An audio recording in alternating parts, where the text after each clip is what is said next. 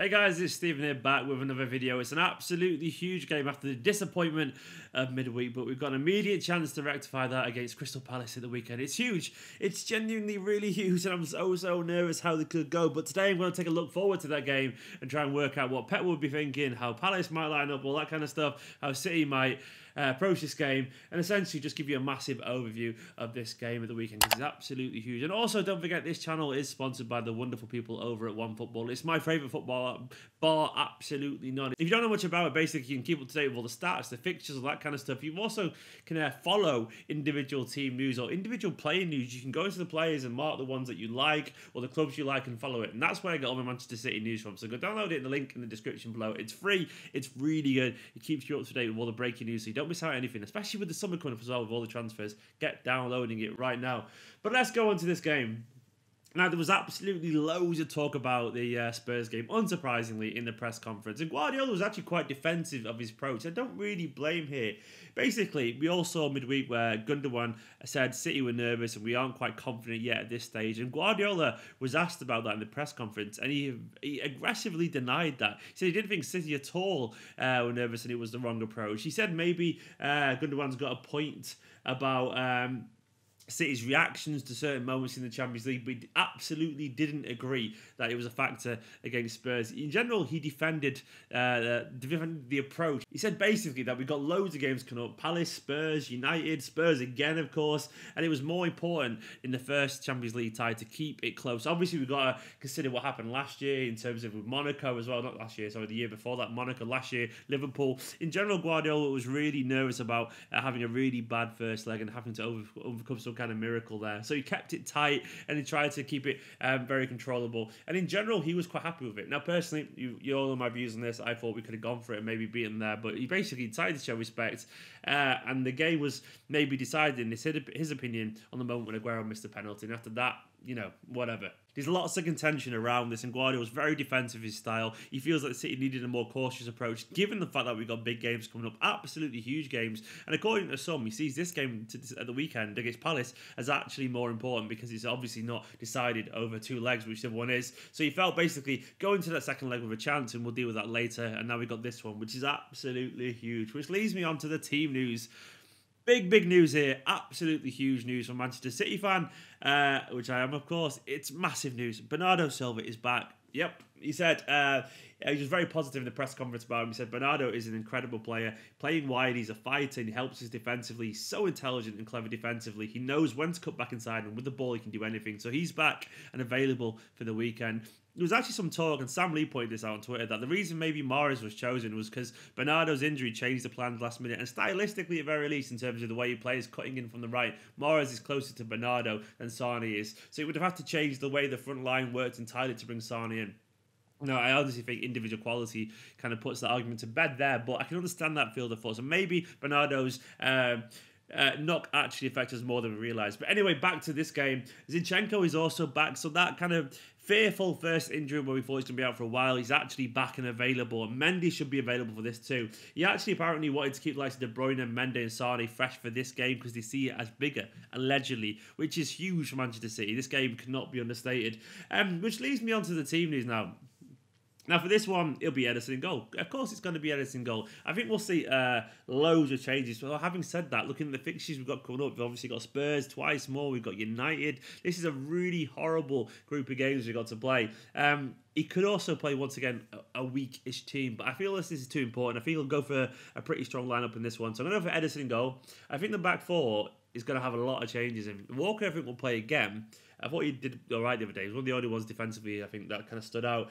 I think Stones will come in. I can actually see Stones and Kompany playing together. I think Kompany's he's probably going to play in a big game or two. And he might need a game to warm into it. Maybe not, but I'm going to put Kompany here with Stones. And then Mendy, I think, will come back into this game. I think Zinchenko would play if he was fit, but I think he'll be on the bench for this one, Zinchenko. I think Zinchenko will play midweek instead in the return leg. So that's basically my back four: Walker, Stones, Kompany, and Mendy. And I think Fernandinho will carry on there because he's Fernandinho. And I think we'll have the old school kind of midfield three reunited. De Bruyne will come back in because I think we'll need his energy and his creativity. In a game like this at Selhurst Park, he's absolutely essential. And I think David Silva will play again. Now, personally, I would actually play Phil Foden. That's what I would do. I think Foden and De Bruyne alongside each other would bring a bit of energy and dynamism. The kind will need a very tricky Selhurst Park. But I don't think he'll do it. He'll play David Silva because he always plays David Silva in a nutshell. There are obviously loads of question marks about David Silva's form at the moment, but he'll play David Silva. I think Bernardo will play. Bernardo will come back in on the right, I reckon, which we'll see Sane as well there. I think Sane will play on the left, then Aguero through the middle. I might be wrong with this. Could be Sterling on the left, maybe Gabriel Jesus, but I think it'll be Bernardo, Aguero and Sane. Because I think the fact that Sane didn't play the other day, other than a late substitution, I think that's really telling for me personally. So that's my lineup: Ederson, Walker, Stones, Kompany, Mendy, Fernandinho, De Bruyne, Silva, Bernardo, Aguero, Sane. If I suspect a change somewhere, maybe I'd say Stones on the port, or Stones, Mendy, maybe not Kompany. And maybe we could see Gundogan in that team somewhere, maybe Sterling possibly. But I'm going to go for that lineup for now. On to Crystal Palace. Why do we have this massive fear of Crystal Palace? Well, I guess statistically it makes sense. Obviously, we lost to them this season 3-2. We drew against them last season. Selhurst Park last year ended our winning streak. It was a horrible game. It was an ugly game. But it's the kind of game that can happen. They've got a very good coach, you know. Roy Hodgson has got a lot of experience. He's not the high end anymore, but he's experienced. He's a senior coach. He knows what he's doing. He knows football inside out. He knows how to get the best out of his players. You've got to respect Roy Hodgson on that front. And Selhurst Park is always difficult. It's small. It's intense. They have a bunch of good players there. They've got the trickiness of Zaha you've got to keep an eye on. They've obviously got great fullback in Aaron Wan-Bissaka, who's basically one of the standout players so far this season. And the atmosphere is always really good there as well. It'll be the Guardiola chant, Guardiola war. It's basically a match between those two. But basically, it's easy to see why Selhurst Park can be quite a hostile environment for teams because it's just so small and so intimate. Though, conversely, they've actually won less points at home this season than they have done away, which is weirdly. Only 40% of their points total this season has come at home. So they've been a little bit less impressive this year compared to last year.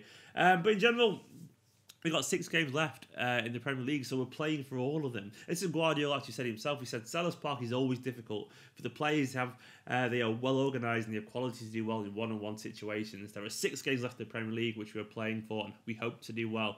So yeah, Guardiola is aware. I think he's probably got a bit of a fear about this game, given last season, given the fact they halted our run, and that's probably wise. In general, they're in average form. They're currently sat like 12th, I think. They're 11 points clear of relegation, so they're totally and utterly safe. They're not going to go down this season, obviously. They're a comfortable team in mid-table there. Cardiff aren't going to catch them. I think that's pretty obvious. In general, their form has been kind of, hit and miss. They beat Newcastle 1-0 recently. They obviously lost 2-0 at Spurs' new stadium. There's no shame in that, obviously, because, Spurs' new stadium. We lost to them the other day as well, so we can't really say anything. They did beat Huddersfield before that 2-0. Then they lost to Watford 2-1 in the FA Cup quarterfinals, hence why we're playing Watford in the final, of course. They also lost to Brighton before that, but then beat Burnley. So they're kind of up and down. Having said that, this is undoubtedly a very tricky game for Manchester City Football Club.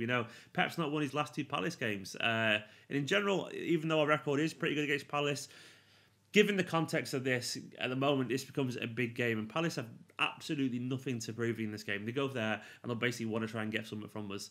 In terms of prediction, I'm expecting and hoping a massive reaction from Manchester City Football Club. Now, for Guardiola, given the performance the other day, I'm still quite critical of it. I still think, in general, I understand the idea of sitting a little bit deeper and trying to contain Spurs, but I still maintain it wasn't a Spurs team anywhere near the best, and a better approach would have been just to play our usual game, go at them, and try, get the victory, essentially, and get an away goal. Having said that, I understood the idea about trying to basically rest a few players. I understand that injuries had an impact. I understand the idea as well, not blowing our load against Spurs, so to speak. Now, Spurs, obviously, I've only seen City a pretty passive 6 out of 10, 5 out of 10 or whatever. And next time we play them, they'll be playing a totally different lineup, where Spurs pretty much played their best players. In 2 very big games, the league and the obviously second leg. And you won't know what to expect because the players are fresh. But having said that, the result still wasn't a positive one, and Manchester City will know that. So now this Palace game has an added impetus because there's no point resting players if in the following game you can't actually make the most of it. This is why this game is so important. Obviously as well, Liverpool and Chelsea. Chelsea could do City an absolute huge favour. Chelsea rested the likes of Hazard, Loftus-Cheek, Hudson-Odoi. Players have become, like the two in particular, become very vital players for Chelsea recently. And Hazard's in exceptional form. They rested him in the Europa League last night, I think it was. In general, that means Chelsea could do something here. Obviously, the Chelsea-Liverpool game as well has got a huge kind of history behind it, given the fact that was in Denver Bar scored and Jamal slipped and that kind of stuff. So we need to win our games to add that pressure. We need to win it and hope for a little bit of good luck and help Chelsea to do us a favour. Having said that, it isn't going to be easy.